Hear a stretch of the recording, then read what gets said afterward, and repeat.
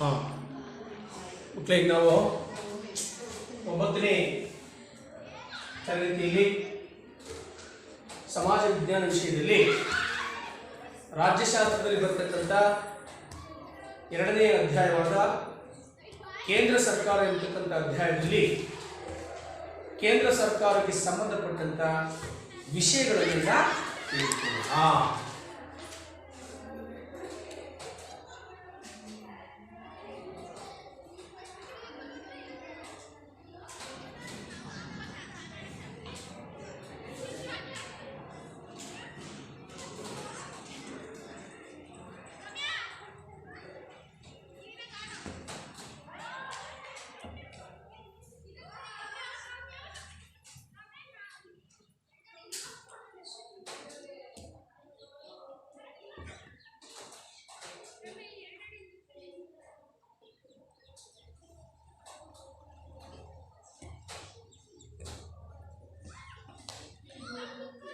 ಕೇಂದ್ರ ಸರ್ಕಾರ ಆಯ್ತಾ.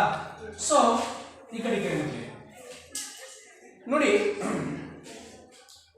ನಮ್ಮ ದೇಶದಲ್ಲಿ ಏನೋ ಕೇಂದ್ರದಲ್ಲಿ ಕೇಂದ್ರ ಸರ್ಕಾರ ಇದೆ ಮತ್ತು ರಾಜ್ಯದಲ್ಲಿ ರಾಜ್ಯ ಸರ್ಕಾರ ಇದೆ ಅರ್ಥ. ಸೊ ಈ ಅಧ್ಯಾಯದಲ್ಲಿ ನಾವು ಕೇಂದ್ರ ಸರ್ಕಾರದ ಬಗ್ಗೆ ತಿಳ್ಕೊಳ್ತೀವಿ. ಸೊ ಕೇಂದ್ರ ಸರ್ಕಾರ ಅಂದರೆ ಏನು, ಕೇಂದ್ರ ಸರ್ಕಾರದ ಎಷ್ಟು ಅಂಗಗಳು ಕೆಲಸ ಮಾಡ್ತವೆ, ಆ ಕೇಂದ್ರ ಸರ್ಕಾರದ ಅಂಗಗಳಾದಂಥ ಕೇಂದ್ರ ಶಾಸಕಾಂಗ, ಕೇಂದ್ರ ಕಾರ್ಯಾಂಗ ಮತ್ತು ಕೇಂದ್ರ ನ್ಯಾಯಾಂಗ ಇವು ಯಾವ ರೀತಿ ರಚನೆ ಆಗ್ತವೆ ಮತ್ತು ಯಾವ ರೀತಿ ತನ್ನ ಕೆಲಸವನ್ನು ಅವು ಮಾಡ್ತವೆ ಎಂಬತಕ್ಕಂಥ ಅಂಶವನ್ನು ಈಗ ನಾವು ತಿಳಿದುಕೊಳ್ಳೋಣ. ಸೊ ಇಲ್ಲಿ ಸರ್ಕಾರದ 3 ಅಂಗಗಳು ಯಾವಾಗಲೂ ಶಾಸಕಾಂಗ, ಕಾರ್ಯಾಂಗ ಮತ್ತು ನ್ಯಾಯಾಂಗ. ಅದೇ ರೀತಿ ಕೇಂದ್ರ ಸರ್ಕಾರದ 3 ಅಂಗಗಳು ಅಂದರೆ ಕೇಂದ್ರ ಶಾಸಕಾಂಗ, ಕೇಂದ್ರ ಕಾರ್ಯಾಂಗ ಮತ್ತು ಕೇಂದ್ರ ನ್ಯಾಯಾಂಗ.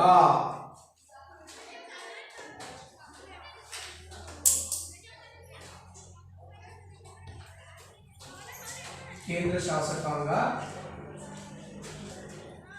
ಕೇಂದ್ರ ಕಾರ್ಯಾಂಗ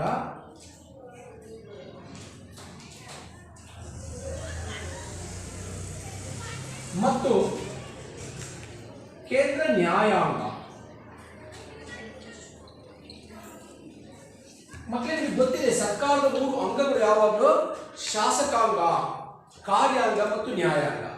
ಶಾಸಕಾಂಗ ಶಾಸನಗಳನ್ನು ರಚನೆ ಮಾಡತಕ್ಕಂಥ ಸರ್ಕಾರದ ಅಂಗ ಶಾಸಕಾಂಗ. ಶಾಸಕಾಂಗ ರಚನೆ ಮಾಡಿದ ಶಾಸನಗಳನ್ನು ಕಾರ್ಯರೂಪಕ್ಕೆ ತರುವುದು ಕಾರ್ಯಾಂಗ. ಅರ್ಥ. ಈ ಶಾಸನಗಳಿಗೆ ಧಕ್ಕೆಯಾದಾಗ ಅದಕ್ಕೆ ನ್ಯಾಯವನ್ನು ಒದಗಿಸಿಕೊಡ್ತಕ್ಕಂಥದ್ದು ನ್ಯಾಯಾಂಗ. ಸೊ ಇದು ಸರ್ಕಾರದ 3 ಅಂಗಗಳು. ಸೊ ಅದೇ ರೀತಿ ಕೇಂದ್ರ ಸರ್ಕಾರ ನಮಗೆ ಕೇಂದ್ರ ಸರ್ಕಾರದ 3 ಅಂಗಗಳು ಕೇಂದ್ರ ಶಾಸಕಾಂಗ, ಕೇಂದ್ರ ಕಾರ್ಯಾಂಗ ಮತ್ತು ಕೇಂದ್ರ ನ್ಯಾಯಾಂಗ. ಇವು 3ನ್ನು ನಾವು ಈ ಅಧ್ಯಾಯದಲ್ಲಿ ತಿಳಿದುಕೊಳ್ಳಬೇಕು. ಅರ್ಥಾತ್. ಸೊ ಇದರಲ್ಲಿ ಮೊದಲೇ ಯಾವುದು ಶಾಸಕಾಂಗ ಅಂದರೆ ಕೇಂದ್ರ ಶಾಸಕಾಂಗ. ಸೊ ಈಗ ನಾವು ಕೇಂದ್ರ ಶಾಸಕಾಂಗದ ಬಗ್ಗೆ ತಿಳಿದುಕೊಳ್ಳೋಣ. ಅರ್ಥಾಯ್ತಾ. ಸೊ ನಮ್ಮದು ಸಂಸದೀಯ ಸರ್ಕಾರ. ನೋಡಿ, ವಿಶ್ವದಲ್ಲಿ ಪ್ರತಿಯೊಂದು ದೇಶಗಳಲ್ಲೂ ಸಹ ತನ್ನದೇ ಆದಂಥ ಸರ್ಕಾರವಿದೆ. ಅರ್ಥಾಯ್ತಾ. ವಿಶ್ವದಲ್ಲಿ ಇರ್ತಕ್ಕಂಥ ಪ್ರತಿಯೊಂದು ದೇಶವೂ ಸಹ ತನ್ನದೇ ಆದಂಥ ಒಂದು ಸರ್ಕಾರ ಪದ್ಧತಿಯನ್ನು ಹೊಂದಿರುತ್ತೆ. ಅದು ಯಾವ ರೀತಿಯಾದ ಸರ್ಕಾರ ಪದ್ಧತಿನಾದರೂ ಆಗಿರ್ಬೋದು, ಏಕಾತ್ಮಕ ಸರ್ಕಾರ ಪದ್ಧತಿ ಆಗಿರ್ಬೋದು ಅಥವಾ ಸಂಯುಕ್ತ ಸರ್ಕಾರ ಪದ್ಧತಿ ಆಗಿರ್ಬೋದು. ಏಕಾತ್ಮಕ ಸರ್ಕಾರ ಪದ್ಧತಿ ಅಂದರೆ ಅಲ್ಲಿ ಯಾವುದೋ ಒಂದೇ ಸರ್ಕಾರ, ಕೇಂದ್ರ ಸರ್ಕಾರ ಇರುತ್ತೆ ಅಂತ ಹೇಳ್ಬೋದು. ಸಂಯುಕ್ತ ಸರ್ಕಾರ ಪದ್ಧತಿ ಅಂದರೆ ಸಂಯುಕ್ತ ಸರ್ಕಾರ ಪದ್ಧತಿಯನ್ನು ಸ್ವೀಕರಿಸಿದಂಥ ದೇಶಗಳಲ್ಲಿ ಕೇಂದ್ರದಲ್ಲಿ ಕೇಂದ್ರ ಸರ್ಕಾರ ಇರುತ್ತೆ, ರಾಜ್ಯದಲ್ಲಿ ರಾಜ್ಯ ಸರ್ಕಾರ ಇರುತ್ತೆ. ಈಗ ನಮ್ದಂತ ಸರ್ಕಾರ ಪದ್ಧತಿ ಸಂಯುಕ್ತ ಸರ್ಕಾರ ಪದ್ಧತಿ. ಪ್ರತಿ ರಾಜ್ಯಗಳಲ್ಲೂ ರಾಜ್ಯ ಸರ್ಕಾರ ಇದೆ, ಕೇಂದ್ರದಲ್ಲಿ ಕೇಂದ್ರ ಸರ್ಕಾರ ಇದೆ. ಒಮ್ಮೊಮ್ಮೆ ತುರ್ತು ಪರಿಸ್ಥಿತಿಯ ಸಂದರ್ಭಗಳು ಬಂದಾಗ ನಮ್ಮ ಕೇಂದ್ರ ಸರ್ಕಾರ ಏನು ಪರಮೋಚ್ಚ ಅಧಿಕಾರವನ್ನು ಹೊಂದಿರುತ್ತದೆ. ಅದಕ್ಕೆ ನಮ್ಮದು ಅರೆ ಸಂಯುಕ್ತ ಸರ್ಕಾರ ಪದ್ಧತಿ ಅಂತಲೂ ಸಹ ನಾವು ಕರೀತೀವಿ. ಸೊ ಅದೇನೇ ಇದ್ರೂ ಸಹ ಇವತ್ತು ಕೇಂದ್ರ ಸರ್ಕಾರದ 3 ಅಂಗಗಳು ಕೇಂದ್ರ ಶಾಸಕಾಂಗ, ಕೇಂದ್ರ ಕಾರ್ಯಾಂಗ ಮತ್ತು ಕೇಂದ್ರ ನ್ಯಾಯಾಂಗ. ಈಗ ನಾವು ಕೇಂದ್ರ ಶಾಸಕಾಂಗ ಯಾವ ರೀತಿ ರಚನೆ ಆಗುತ್ತೆ ಅಂತಕ್ಕಂಥದ್ದನ್ನು ನಾವು ತಿಳ್ಕೊಳ್ಳೋಣ. ಅರ್ಥ ಆಗ್ತಾ? ಸೊ ಇಲ್ಲಿ ಕೇಂದ್ರ ನಮ್ಮ ದೇಶದ ಒಂದು ಕೇಂದ್ರ ಸರ್ಕಾರವನ್ನು ಏನು ಕೇಂದ್ರ ಶಾಸಕಾಂಗವನ್ನ ನಾವು ಸಂಸತ್ತು ಅಂತ ಹೇಳ್ತೇವೆ. ಯಾಕೆ ಅದನ್ನ ಸಂಸತ್ತು ಅಂತ ಹೇಳಿ ಕರಿತೀವಪ್ಪ ಅಂತಂದ್ರೆ, ಇದು ನಮ್ಮ ದೇಶದಲ್ಲಿ ಇರ್ತಕ್ಕಂಥದ್ದು ಎಂಥ ಸರ್ಕಾರ ಅಂತಂದ್ರೆ ಸಂಸದೀಯ ಸರ್ಕಾರ. ಸಂಸದೀಯ ಸರ್ಕಾರ ಅಂತಂದ್ರೆ ಸಂಸದರನ್ನು ಒಳಗೊಂಡಂತ ಒಂದು ಸರ್ಕಾರ. ಅರ್ಥ ಆಗ್ತದಾ? ಸೊ ಇಲ್ಲಿ ನಮ್ಮ ದೇಶದ ಕೇಂದ್ರ ಶಾಸಕಾಂಗದ ರಚನೆಯನ್ನು ನಾವು ನೋಡಿದರೆ ಕೇಂದ್ರ ಶಾಸಕಾಂಗ. ಸೊ ಈ ಕೇಂದ್ರ ಶಾಸಕಾಂಗವನ್ನ ನಾವು ಸಂಸತ್ತು ಅಂತ ಹೇಳಿ ಕರಿತೀವಿ. ಏನಂತ ಕರಿತೀವಿ? ಸಂಸತ್ತು, ಪಾರ್ಲಿಮೆಂಟ್ ಅಂತ ಹೇಳಿ ಕರಿತೀವಿ. ಅದಾಗ್ತದಲ್ವಾ? ಕೇಂದ್ರ ಶಾಸಕಾಂಗವನ್ನು ನಾವು ಸಂಸತ್ತು ಅಂತ ಹೇಳ್ತೀವಿ. ಈ ಶಾಸಕಾಂಗದಲ್ಲಿ ಕೇಂದ್ರ ಶಾಸಕಾಂಗದಲ್ಲಿ ಎಷ್ಟು ಸದನಗಳಿರ್ತವೆ ಅಂತಕ್ಕಂಥದ್ದು ನಾವು ಹೇಳ್ತೇವೆ. ನೋಡಿ, ಪ್ರತಿ ರಾಜ್ಯದ ಶಾಸಕಾಂಗದಲ್ಲೂ ಸಹ ನಾನು ಇದಾದ್ಮೇಲೆ ರಾಜ್ಯ ಸರ್ಕಾರ ಪಾಠ ಬರುತ್ತೆ, ಅವಾಗ ನಿಮಗೆ ಗೊತ್ತಾಗುತ್ತೆ. ಅರ್ಥ ಆಯ್ತಾ? ಪ್ರತಿ ರಾಜ್ಯ ಶಾಸಕಾಂಗದಲ್ಲೇ ಆಗಲಿ ಪ್ರತಿ ಕೇಂದ್ರ ಶಾಸಕಾಂಗದಲ್ಲಿ ಆಗಲಿ ಒಟ್ಟಾರೆ ನಮ್ಮ ಸರ್ಕಾರದ 3 ಅಂಗಗಳಾದಂಥ ಶಾಸಕಾಂಗ, ಕಾರ್ಯಾಂಗ ಮತ್ತು ನ್ಯಾಯಾಂಗ ಏನಿದ್ದಾವೆ, ಆ ನಮ್ಮ ಶಾಸಕಾಂಗ ಏನಿದೆ ಅದರಲ್ಲಿ ದ್ವಿಸದನಗಳಿರ್ತವೆ. ಎಷ್ಟು? ದ್ವಿ ಅಂದ್ರೆ ಎಷ್ಟು?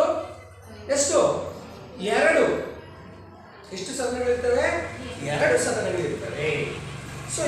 ಸೊ ಇಲ್ಲಿ ಕೇಂದ್ರ ಶಾಸಕಾಂಗ, ಇಲ್ಲಿ ಕೇಂದ್ರ ಶಾಸಕಾಂಗವನ್ನು ನಾವು ಸಂಸತ್ತು ಅಂತ ಹೇಳಿ ಕರಿತೀವಿ. ಈ ಕೇಂದ್ರ ಶಾಸಕಾಂಗದಲ್ಲೂ ಸಹ ಎಷ್ಟು ಸದನಗಳಿರ್ತವೆ? 2 ಸದನಗಳಿರ್ತವೆ. ಎಷ್ಟು ಸದನಗಳಿರ್ತಾವಪ್ಪ? 2 ಸದನಗಳಿರ್ತವೆ. ಸೊ ಅವು ಯಾವುವು ಅಂತಂದ್ರೆ ನೋಡಿ, ಕೇಂದ್ರ ಶಾಸಕಾಂಗದಲ್ಲಿ ದ್ವಿಸದನ ವ್ಯವಸ್ಥೆ.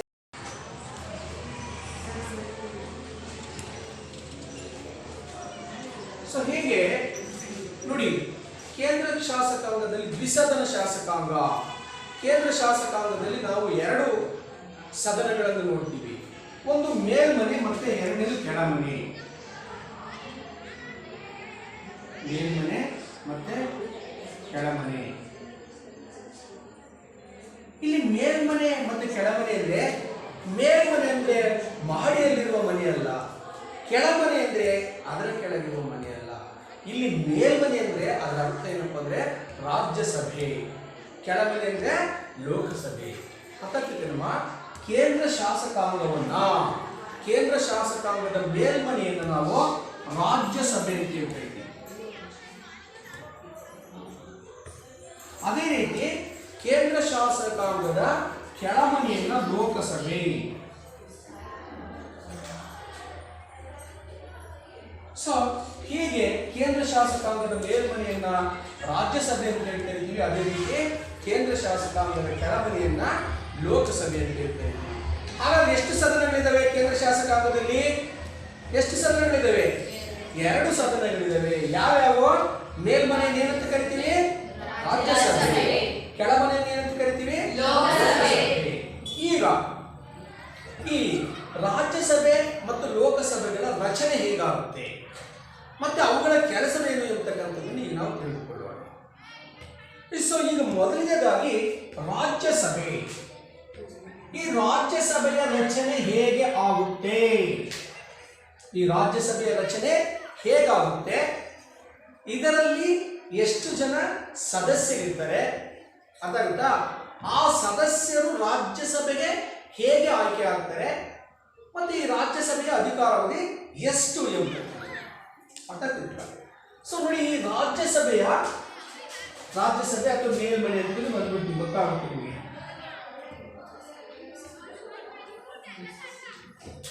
ಈ ರಾಜ್ಯಸಭೆಯ ಸದಸ್ಯರ ಸಂಖ್ಯೆ ಎಷ್ಟು ಇರ್ತಪ್ಪ ಅಂತಂದ್ರೆ 250 ಜನ ಸದಸ್ಯರಿದ್ದರು. 250 ಜನ ಸದಸ್ಯರು. ಸೊ 250 ಜನ ಸದಸ್ಯರು ಯಾವ ರೀತಿ ಚುನಾಯಿತರಾಗ್ತಾರೆ ಅಥವಾ ಯಾವ ರೀತಿ ರಾಜ್ಯಸಭೆಗೆ ಆಯ್ಕೆ ಆಗ್ತಾರೆ ಅನ್ನೋದನ್ನ ಈಗ ತಿಳ್ಕೊಬೇಕು. ಅರ್ಥ ಆಯ್ತಾ? ಸೊ ನೋಡಿ, ಈ 250 ಜನ ಸದಸ್ಯರಲ್ಲಿ 238 ಜನರನ್ನ 238 ಜನರನ್ನ ಚುನಾವಣೆ ಮೂಲಕ ಆಯ್ಕೆ ಮಾಡ್ತಾರೆ. ಅರ್ಥ ಆಯ್ತಾ? ಇವ್ರನ್ನ ಚುನಾಯಿಸಲಾಗುವುದು.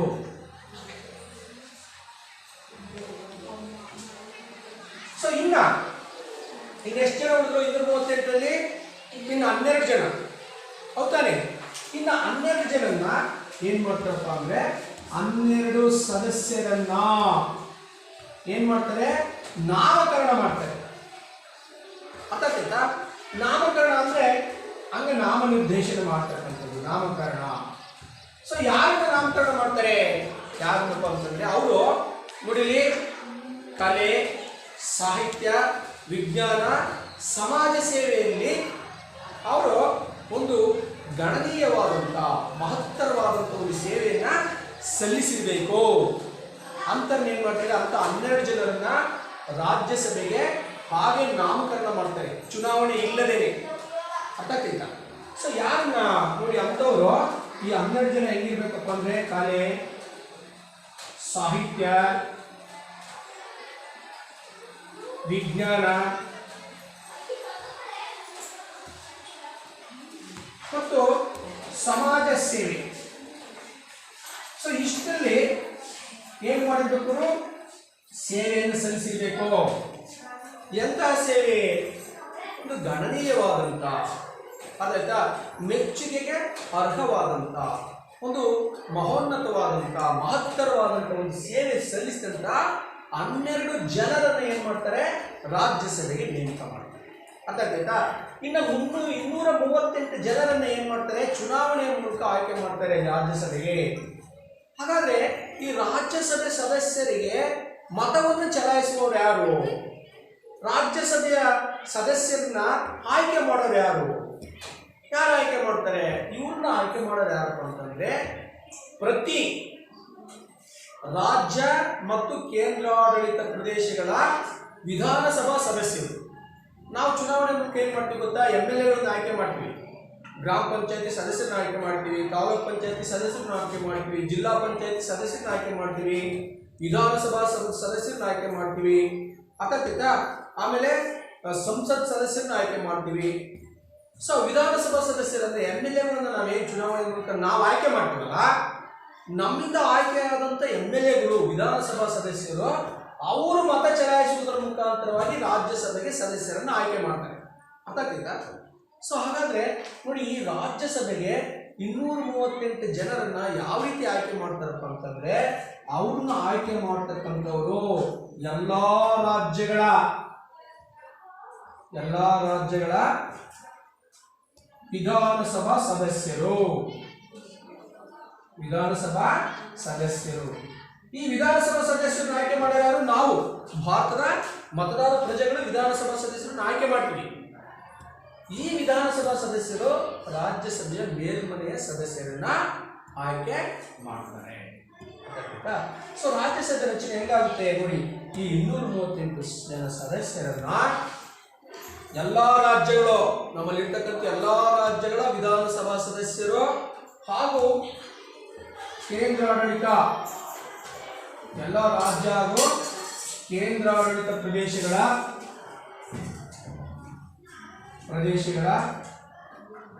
ವಿಧಾನಸಭಾ ಸದಸ್ಯರು. ಈ ಕಡೆ ಈಗ ನೋಡಿ ರಾಜ್ಯಸಭೆ ರಚನೆ ಹೆಂಗಾಯ್ತು ಅಂತೇಳಿ, ಹೆಂಗಾಗುತ್ತೆ ಅಂತೇಳಿ ನಿಮಗೆ ಗೊತ್ತಾಗುತ್ತೆ. ಅರ್ಥಾಯ್ತಾ? ಸೊ ಇಲ್ಲಿ ರಾಜ್ಯಸಭಾ ಸದಸ್ಯರ ಸಂಖ್ಯೆ ಇನ್ನು ಒಟ್ಟೆಷ್ಟು? 250. 250 ಜನ ಸದಸ್ಯರಲ್ಲಿ 238 ಜನರನ್ನ ಯಾರು ಆಯ್ಕೆ ಮಾಡ್ತಾರೆ? ಎಲ್ಲ ರಾಜ್ಯಗಳು ಹಾಗೂ ಕೇಂದ್ರಾಡಳಿತ ಪ್ರದೇಶಗಳ ವಿಧಾನಸಭಾ ಸದಸ್ಯರು 238 ಜನ ಸದಸ್ಯರನ್ನ ಆಯ್ಕೆ ಮಾಡ್ತಾರೆ. ಅರ್ಥಾಯ್ತಾ? ಈಗ ಉಳಿದ 12 ಜನ ಏನ್ ಮಾಡ್ತಾರಪ್ಪ ಅಂತಂದ್ರೆ ಇಲ್ಲಿ ರಾಷ್ಟ್ರಪತಿಗಳು ನೇಮಕ ಮಾಡ್ತಾರೆ. ಯಾವ ರೀತಿ ನೇಮಕ ಮಾಡ್ತಾರೆ ಅಂತಂದ್ರೆ ಯಾರನ್ನ ಕಲೆ, ಸಾಹಿತ್ಯ, ವಿಜ್ಞಾನ, ಸಮಾಜ ಸೇವೆಯಲ್ಲಿ ಸೇವೆ ಸಲ್ಲಿಸಿದಂಥವ್ರನ್ನ ಏನ್ ಮಾಡ್ತಾರೆ? 12 ಜನನ ಆಯ್ಕೆ ಮಾಡ್ತಾರೆ. ಸೊ ಈ ರೀತಿಯಾಗಿ ಈ ರಾಜ್ಯಸಭೆಗೆ 250 ಜನ ನೇಮಕ ಆಗ್ತಾರೆ. ಅಂದ್ರೆ ರಾಜ್ಯಸಭೆ ಈ ರೀತಿ ರಚನೆ ಆಗುತ್ತೆ. ಅರ್ಥ ಆಗುತ್ತಾ? ಇನ್ನು ಇದರ ಅಧಿಕಾರಾವಧಿ ಎಷ್ಟಪ್ಪ ಅಂದ್ರೆ 6 ವರ್ಷ.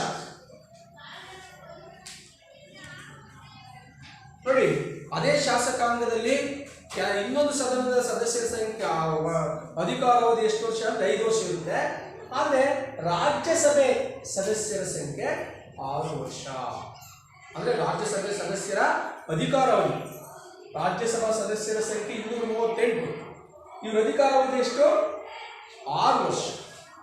ಇದು ಏನಪ್ಪ ಅಂತಂದ್ರೆ ಇದನ್ನ ಈ ಕಾಯಂ ಸಭೆ ಅಂತ ಕರೀತಾರೆ. ಕಾಯಂ ಸಭೆ ಅಥವಾ ಹಿರಿಯರ ಸದನ ಅಂತ ಹೇಳ್ತಾರೆ. ಇದು ಹೆಂಗೆ ಅಂತಂದ್ರೆ ಪ್ರತಿ 2 ವರ್ಷಕ್ಕೊಂದ್ಸರಿ, ಪ್ರತಿ 2 ವರ್ಷಕ್ಕೆ ಒಂದ್ಸರಿ 3/1 ಸದಸ್ಯರು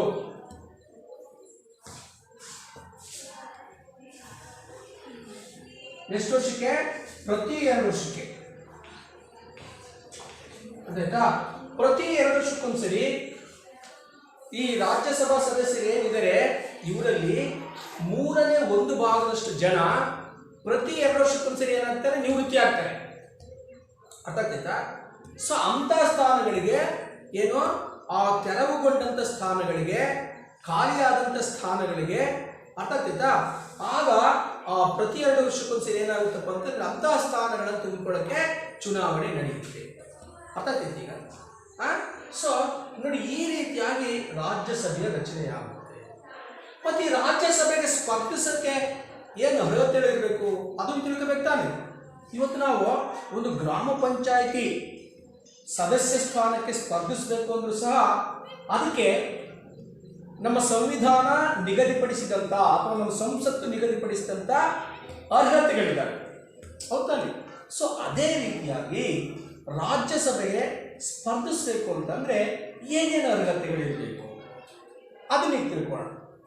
ನೋಡಿ, ಮೊಟ್ಟ ಮೊದಲನೇದಾಗಿ ಆಯ್ತಾ, ರಾಜ್ಯಸಭೆಗೆ ಸ್ಪರ್ಧಿಸಬೇಕು ಅಂತಂದ್ರೆ ಮೊದಲು ಅವರು ಭಾರತದ ಪ್ರಜೆಯಾಗಿರ್ಬೇಕು. ಏನಾಗಿರ್ಬೇಕು? ಭಾರತದ ಪ್ರಜೆ. ಅರ್ಥಾಯ್ತಾ? ಭಾರತದ ಪ್ರಜೆ ಆಗಿರ್ಬೇಕು ಮೊದಲನೇ ಅರ್ಹತೆ. ಇನ್ನು ಎರಡನೇದೇನಪ್ಪ ಅಂತಂದ್ರೆ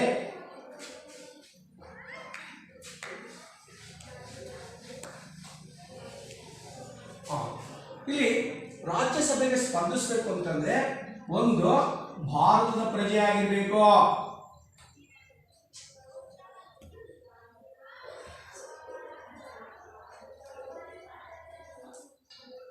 ಸೊ ಇವರಿಗೆ ಒಂದು ನಿಗದಿಪಡಿಸಿದಂತೆ ಕನಿಷ್ಠ ವಯೋಮಿತಿ ಇರಬೇಕು. ಎಷ್ಟಿರಬೇಕು? ಕನಿಷ್ಠ ಅವರಿಗೆ 30 ವರ್ಷ ವಯಸ್ಸಾಗಿರ್ಬೇಕು.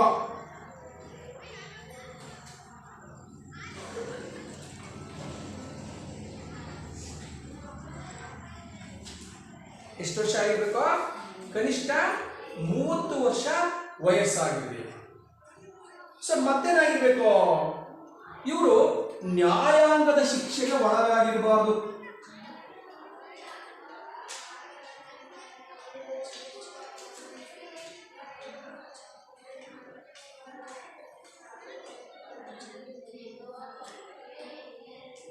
ನ್ಯಾಯಾಂಗದ ಶಿಕ್ಷೆಗೆ ಏನಾಗಿರಬಾರ್ದು? ಈಗ ಒಳಗಾಗಿರಬಾರ್ದು.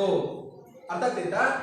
ಜೊತೆಗೆ ಇವರು ಮಾನಸಿಕ ಅಸ್ವಸ್ಥರಾಗಿರಬಾರ್ದು, ಅಂದ್ರೆ ಹುಚ್ಚರಾಗಿರಬಾರ್ದು ಅಂತ.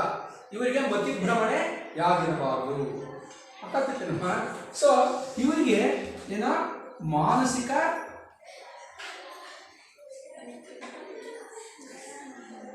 ಅಸ್ವಸ್ಥರಾಗಿರಬಾರ್ದು.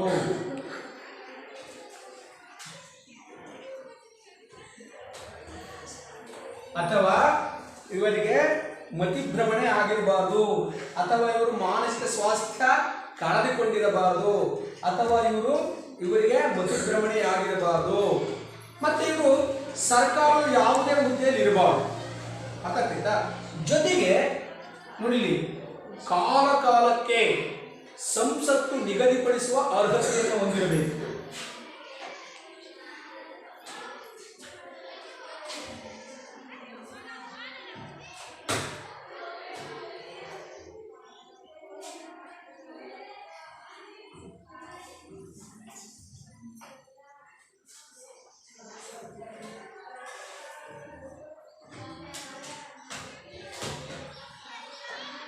ನೋಡಿ, ಈಗ ನೋಡಿ, ನಾನು ರಾಜ್ಯಸಭೆ ರಚನೆ ಹೇಗಾಗುತ್ತೆ ಅಂತ ತಿಳಿಸ್ಕೊಟ್ಟೆ.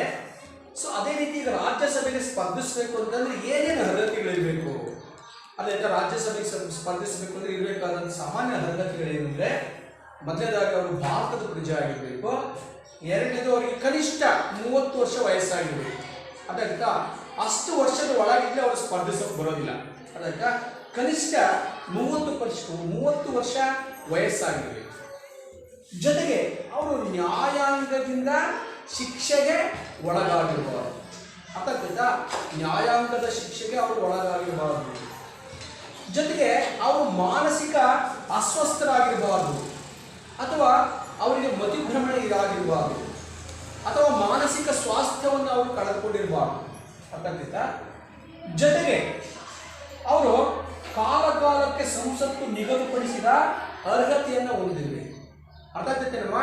ಸೊ ಇಂಥ ಅರ್ಹತೆಯನ್ನು ಹೊಂದಿದ್ದವರು ರಾಜ್ಯಸಭಾ ಸದಸ್ಯರ ಸ್ಥಾನಕ್ಕೆ ಸ್ಪರ್ಧಿಸಬಹುದು. ಅರ್ಥಾಗ್ತಾ?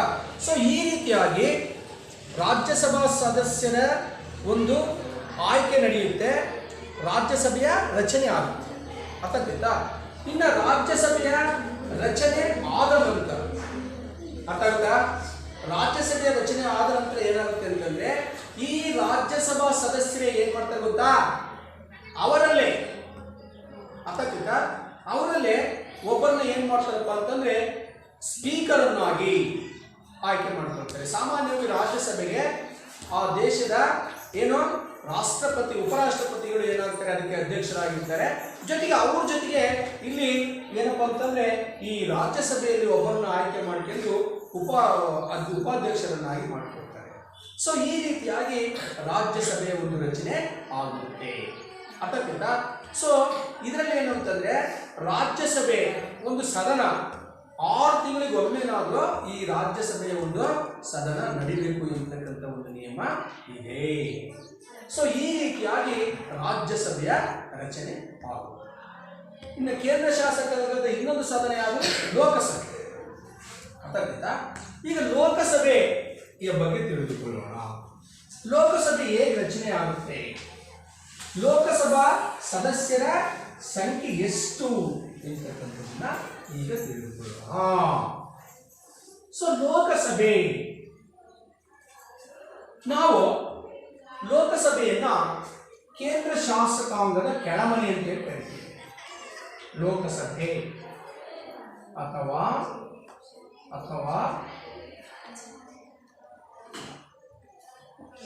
ಕೆಳಮನೆ. ಯಾವುದರ ಕೆಳಮನೆ? ಕೇಂದ್ರ ಶಾಸಕಾಂಗದಲ್ಲಿ ಇರ್ತಕ್ಕಂಥ ಕೆಳಮನೆ, ಮೇಲ್ಮನೆ. ರಾಜ್ಯಸಭೆ ಆದರೆ ಲೋಕಸಭೆಯನ್ನು ನಾವು ಕೆಳಮನೆ ಅಂತ ಕರಿತೀವಿ.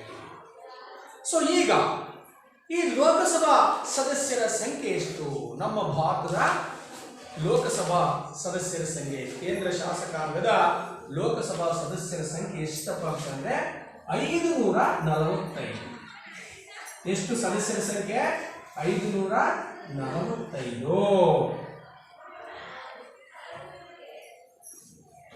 545 ಕೇಂದ್ರ ಲೋಕಸಭಾ ಸದಸ್ಯರ ಸಂಖ್ಯೆ.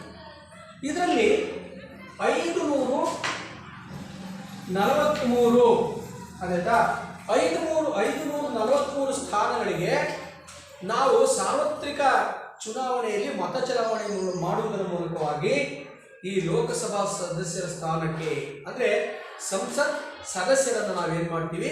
ಆಯ್ಕೆ ಮಾಡ್ತೀವಿ. ಮೆಂಬರ್ ಆಫ್ ಪಾರ್ಲಿಮೆಂಟ್ ಅಂತ ಹೇಳ್ಕೊಳ್ತೀವಿ. ಈ ಲೋಕಸಭಾ ಸದಸ್ಯರನ್ನ ನಾವು ಚುನಾವಣೆಯಲ್ಲಿ ಮತವನ್ನು ಚಲಾಯಿಸುವುದರ ಮೂಲಕವಾಗಿ 543 ಜನ ನಾವು ಆಯ್ಕೆ ಮಾಡ್ತೀವಿ. ಇನ್ನುಳಿದ 2 ಜನ ಯಾರಪ್ಪ? 2 ಜನ ಅಂತಂದ್ರೆ ಆಂಗ್ಲೋ ಇಂಡಿಯನ್ನರನ್ನ ನೇಮಕ ಮಾಡ್ತಾರೆ ರಾಷ್ಟ್ರಪತಿಗಳು. ಆಂಗ್ಲೋ ಇಂಡಿಯನ್ ಆಯ್ತಾ. ಇನ್ನುಳಿದ 2 ಸ್ಥಾನಗಳಿಗೆ ಆಂಗ್ಲೋ ಇಂಡಿಯನ್ನರನ್ನ ಏನ್ ಮಾಡಲಾಗುತ್ತೆ? ಇಲ್ಲಿ ಆಯ್ಕೆ ಮಾಡಲಾಗುತ್ತೆ. ಸೊ ಈ ರೀತಿಯಾಗಿ ಲೋಕಸಭೆಯ ರಚನೆ ಆಗ್ತಕ್ಕಂಥದ್ದನ್ನು ನಾವು ನೋಡಿದ್ದೇವೆ. ಎಷ್ಟು ಸದಸ್ಯ ಸ್ಥಾನ ಇರ್ತವೆ? ಒಟ್ಟು ಸದಸ್ಯರ ಸಂಖ್ಯೆ 545 ಇರುತ್ತೆ. ಅರ್ಥಾಗುತ್ತಲ್ಪ? ಸೊ ಈ ರೀತಿಯಾಗಿ ಏನಾಗುತ್ತೆ ಅಂತಂದ್ರೆ ಈ ಒಂದು ಏನು ಲೋಕಸಭೆಯ ರಚನೆ ಆಗ್ತಕ್ಕಂಥದ್ದನ್ನು ನಾವು ನೋಡ್ತೀವಿ. ಸೊ ಅದೇ ರೀತಿಯಾಗಿ ನಾವು ಇಲ್ಲಿ ಪರಿಶಿಷ್ಟ ಜಾತಿ ಮತ್ತು ಪರಿಶಿಷ್ಟ ಪಂಗಡದವರಿಗೆ ಎಷ್ಟು ಸ್ಥಾನಗಳಿರ್ತವೆ? ಇಲ್ಲಿ ಪರಿಶಿಷ್ಟ ಜಾತಿಯವರಿಗೆ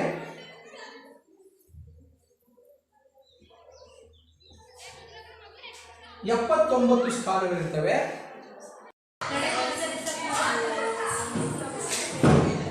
ಸೊ ನೋಡಿ, ಈ ರೀತಿಯಾಗಿ ಏನೋ ಇಲ್ಲಿ ಲೋಕಸಭಾ ಸದಸ್ಯರ ಒಂದು ಆಯ್ಕೆ ನಡೆಯುತ್ತೆ. ಒಟ್ಟು 545 ಸದಸ್ಯ ಸ್ಥಾನಗಳಿರ್ತವೆ. 543 ಸಾರ್ವತ್ರಿಕ ಚುನಾವಣೆ ಮೂಲಕ ಆಯ್ಕೆ ಮಾಡ್ತಾರೆ. ಇನ್ನು 2 ಆಂಗ್ಲೋ ಇಂಡಿಯನ್ರನ್ನ ಏನು ಮಾಡ್ತಾರೆ, ಆಯ್ಕೆ ಮಾಡ್ತಾರೆ.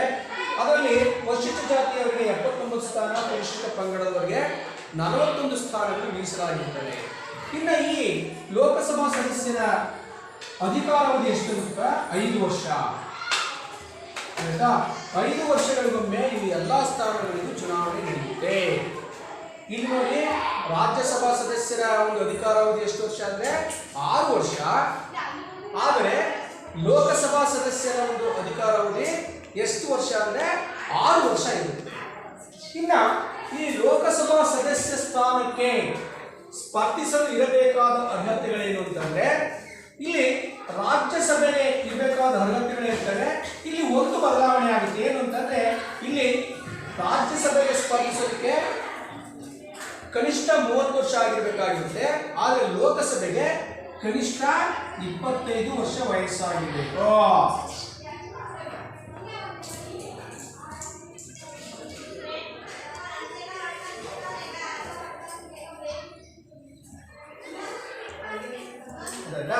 ನೋಡಿ, ಈ ಲೋಕಸಭಾ ಸದಸ್ಯರ ಸ್ಥಾನಕ್ಕೆ ಸ್ಪರ್ಧಿಸಲು ಇರಬೇಕಾದ ಅರ್ಹತೆಗಳೇನೆಂದ್ರೆ, ಅವರು ಭಾರತದ ಪ್ರಜೆ ಆಗಿರಬೇಕು. ಅರ್ಥಾಯ್ತಪ್ಪ? ಸೊ ಎರಡನೇದು, ಅವರಿಗೆ ಕನಿಷ್ಠ 25 ವರ್ಷ ವಯಸ್ಸಾಗಿದೆ. ಇನ್ನು ಮೂರನೇದು, ಅವರು ನ್ಯಾಯಾಂಗದಿಂದ ಯಾವುದೇ ಶಿಕ್ಷೆಗೆ ಏನಾಗಿರಬಾರ್ದು, ಒಳಗಾಗಿರಬಾರ್ದು. ನ್ಯಾಯಾಂಗದ ಶಿಕ್ಷೆಗೆ ಒಳಗಾಗಿರಬಾರ್ದು. ಸೊ ಮತ್ತು ನಾಲ್ಕನೇದೇನು, ಅವರು ಯಾವುದೇ ಸರ್ಕಾರಿ ಹುದ್ದೆಯಲ್ಲಿ ಇರಬಾರ್ದು.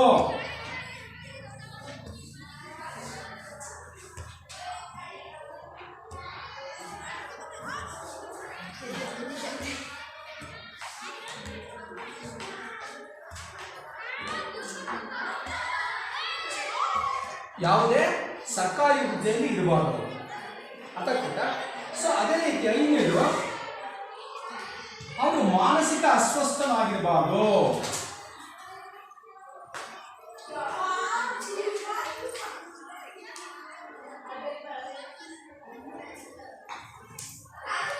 ಇನ್ನು ಐದನೇದೇನಪ್ಪ ಅಂದ್ರೆ, ಸಂಸತ್ತು ನಿಗದಿಪಡಿಸಿದ ಕಾಲಕ್ಕೆ ಸಂಸತ್ತು ನಿಗದಿಪಡಿಸಿದ ಅರ್ಹತೆಗಳನ್ನು ಅವರು ಹೊಂದಿರಬೇಕು.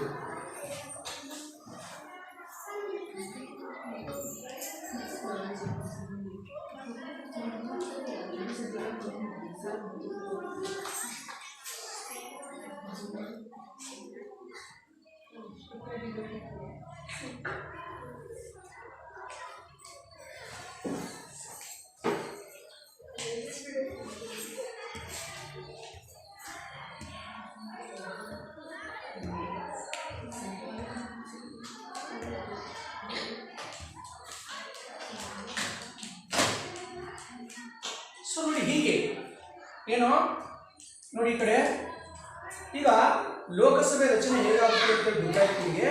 ಇನ್ನು ಲೋಕಸಭಾ ಸದಸ್ಯ ಸ್ಥಾನಕ್ಕೆ ಅರ್ಥಾಗ್ತಿಲ್ವಾ, ಈ ಲೋಕಸಭೆ ಸ್ಥಾನಕ್ಕೆ ಸ್ಪರ್ಧಿಸಲು ಇರಬೇಕಾದಂಥ ಅರ್ಹತೆಗಳೇನು ಅಂತಂದರೆ, ಸೊ ಮೊಟ್ಟಮೊದಲನೇದಾಗಿ ಅವರು ಭಾರತದ ಪ್ರಜೆಯಾಗಿರಬೇಕು. ಇನ್ನು ಎರಡನೇದಾಗಿ ಅವರಿಗೆ ಕನಿಷ್ಠ 25 ವರ್ಷ ವಯಸ್ಸಾಗಿರಬೇಕು. ಜೊತೆಗೆ ಅವರು ನ್ಯಾಯಾಲಯದಿಂದ ಅಥವಾ ನ್ಯಾಯಾಂಗದಿಂದ ಯಾವುದೇ ಶಿಕ್ಷೆಗೆ ಒಳಗಾಗಿರಬಾರದು. ಇನ್ನು ನಾಲ್ಕನೇದು, ಯಾವುದೇ ಸರ್ಕಾರಿ ಹುದ್ದೆಯಲ್ಲಿ ಅವರು ಇರಬಾರದು.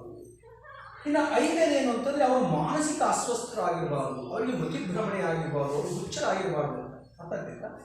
ಸೊ ಇನ್ನು ಕೊನೆಯದಾಗಿ, ಕಾಲಕ್ಕೆ ಕೇಂದ್ರ ಶಾಸಕಾಂಗ ಅಂದರೆ ಸಂಸತ್ತು ಅರ್ಥಾಯ್ತಾ, ಕಾಲಕ್ಕೆ ಸಂಸತ್ತು ನಿಗದಿಪಡಿಸಿದಂಥ ಅಥವಾ ನಿಗದಿಪಡಿಸುವ ಅರ್ಹತೆಗಳನ್ನು ಅವರು ಹೊಂದಿರಬೇಕು. ಅರ್ಥಾಗ್ತಿಲ್ಲ. ಸೊ ಇಷ್ಟೆಲ್ಲ ಅರ್ಹತೆಗಳು ಇದ್ದಾಗ ಅವರು ಏನು ಮಾಡ್ಬೋದು, ಇಲ್ಲಿ ಯಾಕೆ ಲೋಕಸಭಾ ಸದಸ್ಯ ಸ್ಥಾನಕ್ಕೆ ಸ್ಪರ್ಧಿಸಬಹುದು. ಸೊ ನೋಡಿ ನಿಮಗೆ ಈಗ ರಾಜ್ಯಸಭೆ ರಚನೆ ಗೊತ್ತಾಯಿತು. ರಾಜ್ಯಸಭೆಗೆ ಸ್ಪರ್ಧಿಸಲು ಇರಬೇಕಾದಂಥ ಅರ್ಹತೆಗಳೇನು ಅಂತ ಗೊತ್ತಾಯಿತು. ಸೊ ಅದೇ ರೀತಿಯಾಗಿ ಲೋಕಸಭೆ ಅಂದ್ರೆ ಏನು ಅಂತ ಗೊತ್ತಾಯಿತು. ಲೋಕಸಭಾ ಸದಸ್ಯ ಸ್ಥಾನಕ್ಕೆ ಸ್ಪರ್ಧಿಸಲು ಇರಬೇಕಾದಂಥ ಅರ್ಹತೆಗಳೇನು ಅಂತ ಗೊತ್ತಾಯಿತು. ಅರ್ಥ ಆಯ್ತಾ? ಸೊ ಈಗ ನಿಮಗೆ ಕೊನೆಯದಾಗಿ ಪುನರಾವರ್ತನೆ ಆಗತ್ತಾ. ಸೊ ಇಲ್ಲಿ ಪುನರಾವರ್ತನೆಗೆ ಬಂದರೆ ಏನು, ಕೇಂದ್ರ ಶಾಸಕಾಂಗವನ್ನು ಏನೆಂದು ಕರೆಯುವುದು? ಕೇಂದ್ರ ಶಾಸಕಾಂಗವನ್ನು ಸಂಸತ್ತು ಎಂದು ಕರೆಯುವುದು. ಸೊ ಕೇಂದ್ರ ಶಾಸಕಾಂಗವನ್ನು ಸಂಸತ್ತು ಎಂದು ಕರೆಯುವುದು. ಇನ್ನು ಮುಂದಿನ ಪ್ರಶ್ನೆ ನಿಮಗೆ, ಕೇಂದ್ರ ಶಾಸಕಾಂಗವು ಎಷ್ಟು ಸದನಗಳನ್ನು ಹೊಂದಿದೆ? ಕೇಂದ್ರ ಶಾಸಕಾಂಗವು 2 ಸದನಗಳನ್ನು ಹೊಂದಿದೆ. ಸೊ ಅವು ಯಾವುವು? ಕೇಂದ್ರ ಶಾಸಕಾಂಗದ 2 ಸದನಗಳೆಂದರೆ ಒಂದು ಮೇಲ್ಮನೆ, ಎರಡನೇದು ಕೆಳಮನೆ. ಮೇಲ್ಮನೆ ಎಂದರೆ ರಾಜ್ಯಸಭೆ, ಕೆಳಮನೆ ಎಂದರೆ ಲೋಕಸಭೆ. ಇನ್ನು ಮುಂದಿನ ಪ್ರಶ್ನೆ ನಿಮಗೆ, ರಾಜ್ಯಸಭೆ ಸದಸ್ಯರ ಸಂಖ್ಯೆ ಎಷ್ಟು? ಒಟ್ಟು ಸಂಖ್ಯೆ ರಾಜ್ಯಸಭಾ ಸದಸ್ಯರ ಒಟ್ಟು ಸಂಖ್ಯೆ 250 ಆಗಿರುತ್ತದೆ.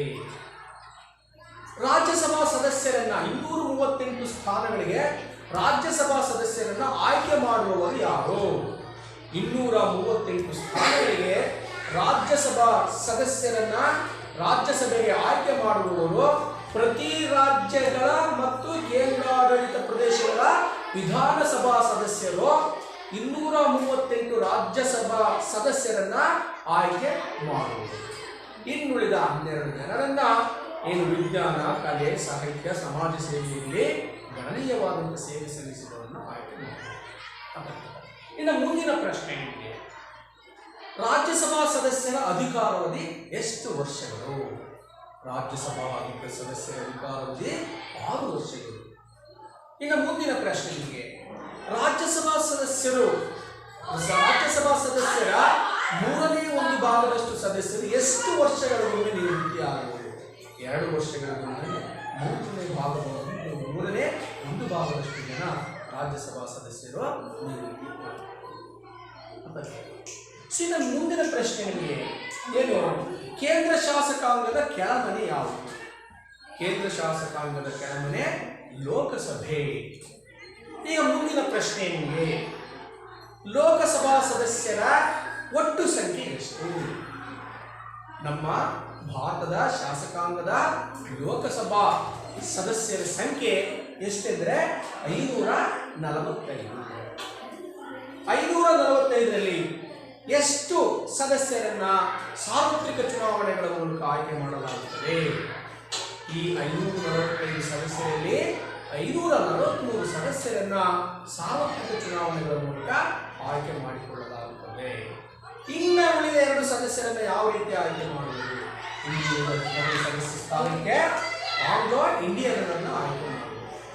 ಸೊ ಮುಂದಿನ ಪ್ರಶ್ನೆ ನಿಮಗೆ, ಈ ಲೋಕಸಭಾ ಸದಸ್ಯರ ಸ್ಥಾನದಲ್ಲಿ ಪರಿಶಿಷ್ಟ ಜಾತಿ ಮತ್ತು ಪರಿಶಿಷ್ಟ ಪಂಗಡದ ಬಗ್ಗೆ ಎಷ್ಟು ಸ್ಥಾನಗಳನ್ನು ಮೀಸಲಿಡಲಾಗಿದೆ? ಈ ಲೋಕಸಭಾ ಸದಸ್ಯರ ಸ್ಥಾನದಲ್ಲಿ ಪರಿಶಿಷ್ಟ ಜಾತಿಯವರಿಗೆ 79 ಹಾಗೂ ಪರಿಶಿಷ್ಟ ಪಂಗಡದವರಿಗೆ 41 ಸ್ಥಾನಗಳನ್ನು ಮೀಸಲಾಗಿರ್ತಕ್ಕಂಥದ್ದನ್ನು ನಾವು ನೋಡ್ತೇವೆ. ಇನ್ನು ಮುಂದಿನ ಪ್ರಶ್ನೆ ನಿಮಗೆ, ಲೋಕಸಭಾ ಸದಸ್ಯ ಸ್ಥಾನಕ್ಕೆ ಸ್ಪರ್ಧಿಸಲು ಇರಬೇಕಾದ ಅರ್ಹತೆಗಳೇನು? ಲೋಕಸಭಾ ಸದಸ್ಯ ಸ್ಥಾನಕ್ಕೆ ಸ್ಪರ್ಧಿಸಲು ಇರಬೇಕಾದ ಅರ್ಹತೆಗಳೆಂದರೆ ಅವರು ಭಾರತದ ಪ್ರಜೆಯಾಗಿರಬೇಕು. ಎರಡನೇದು, ಅವರಿಗೆ ಕನಿಷ್ಠ 25 ವರ್ಷ ವಯಸ್ಸಾಗಿರಬೇಕು. ಮೂರನೆಯದು, ಅವರು ನ್ಯಾಯಾಂಗದಿಂದ ಶಿಕ್ಷೆಗೆ ಒಳಗಾಗಿರಬಾರದು. ನಾಲ್ಕನೇದು, ಅವರು ಯಾವುದೇ ಸರ್ಕಾರಿ ಹುದ್ದೆಯಲ್ಲಿ ಇರಬಾರದು. ಇನ್ನು ಐದನೇದು, ಅವರು ಮಾನಸಿಕ ಅಸ್ವಸ್ಥರಾಗಿರಬಾರದು. ಅಂದರೆ ಮಾನಸಿಕ ಸ್ವಾಸ್ಥ್ಯವನ್ನು ಕಳೆದುಕೊಂಡಿರಬಾರದು. ಮಾನಸಿಕ ಮತಿಭ್ರಮಣರಾಗಿರಬಾರದು, ಹುಚ್ಚರಾಗಿರಬಾರದು. ಇನ್ನು ನೆಕ್ಸ್ಟು ಕೊನೆಯದೇನಪ್ಪ ಅಂತಂದರೆ, ಅವರು ಕಾಲಕಾಲಕ್ಕೆ ಸಂಸತ್ತು ನಿಗದಿಪಡಿಸಿದ ಅರ್ಹತೆಗಳನ್ನು ಅವರು ಹೊಂದಿರಬೇಕು. ಈ ಎಲ್ಲ ಅರ್ಹತೆಗಳಿರುವವರು ಲೋಕಸಭಾ ಸದಸ್ಯ ಸ್ಥಾನಕ್ಕೆ ಸ್ಪರ್ಧಿಸಬಹುದು.